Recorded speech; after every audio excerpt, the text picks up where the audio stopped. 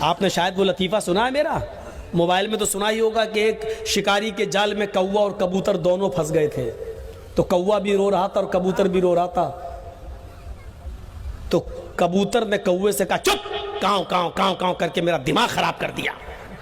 تو کوا بولا تو بھی تو گڈر گو کر کے میرا دماغ خراب کر رہا ہے۔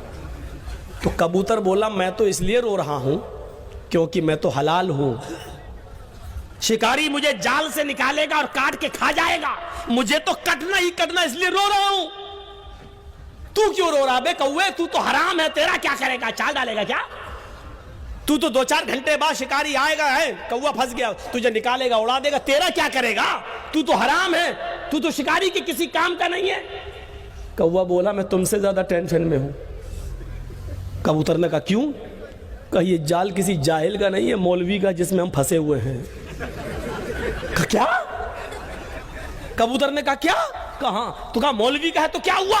کہا مجھے بھروسہ نہیں، پتہ نہیں کب حلال کا فتویٰ دے کے مجھے بھی کاٹ کے کھا جائے، اس مولوی کا کوئی بھروسہ نہیں ہے، اس لیے میں تم سے زیادہ پھنسا ہوا ہوں، تم سے زیادہ میرا ٹینشن ہے کہ مولوی کچھ نہ کچھ نکال لے گا اپنے لیے راستہ، اپنے لیے راستہ کچھ نہ کچھ نکال لے گا۔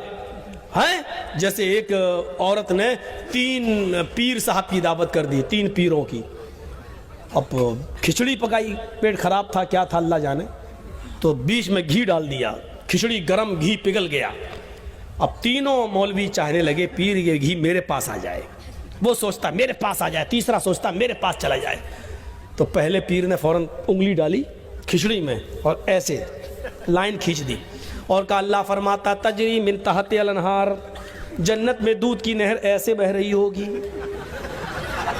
دیکھا جنت میں دودھ کی نہر کیسے بہے گی، کھچڑی میں انگلی ڈال کے اور کھینچ لی اپنی طرف، اور پگھلا ہوا گھی سب اس کی طرف چلا گیا۔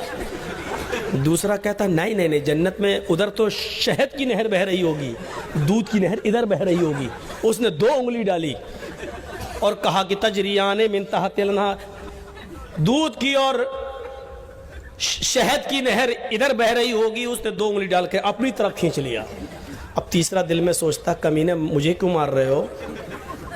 تو اس نے کہا، تیسرے نے بڑا اچھا فارمولہ نکالا، تیسرے نے کہا بھائی تم ڈائریکٹ جنت و جہنم تک پہنچ گئے، جنت و جہنم سے پہلے قیامت آئے گی، اور جب قیامت آئے گی تو زمین میں زلزلہ پیدا ہوگا۔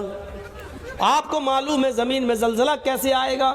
اس نے پوری پلیٹ اٹھائی اور کہا اذا زلزلت الارض زلزالہا، اس نے پوری پلیٹ اٹھا کے کیا کہا اذا زلزلت الارض زلزالہا، جب زمین پورے شدت کے ساتھ ایسے ایسے ایسے ایسے ہلائی جائے گی۔